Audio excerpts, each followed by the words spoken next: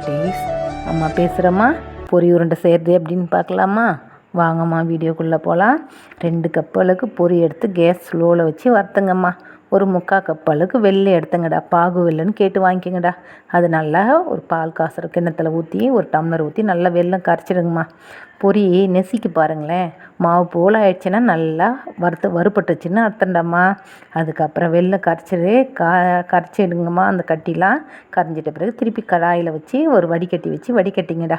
வடிகட்டிட்டு நல்லா பாகு வரட்டும்மா. கேஸ் ஸ்லோவில் வச்சிங்கடாம்மா. வச்சுட்டு ஏலக்காய், சுக்கு மாது, சர்க்கரை கூட போட்டு மிக்சியில் அரைச்சி வச்சுருக்கேன்டா. அதுக்கப்புறமா ஒரு ஸ்பூன் அளவுக்கு நெய் ஊற்றிங்கடம்மா. நெய் ஊற்றிட்டு பாகு செக் பண்ணிக்கோங்க. பாகு நல்லா பாகு வெல்லம்னா இப்படி தாம்மா இருக்கும். அது எடுக்கும் போதே நல்லா நுரையாக வருமா. வெல்லம் சூப்பராக இது நல்லா இருக்குதுன்னு அர்த்தம்டாம்மா. அதுக்கப்புறமா பாகு தொட்டு பார்த்துட்டு சாக்லேட் மாதிரி ஆகிடுமா. அதை தூக்கி போட்டிங்கன்னா ஒரு சவுண்டு கேட்கணும் தட்டில்.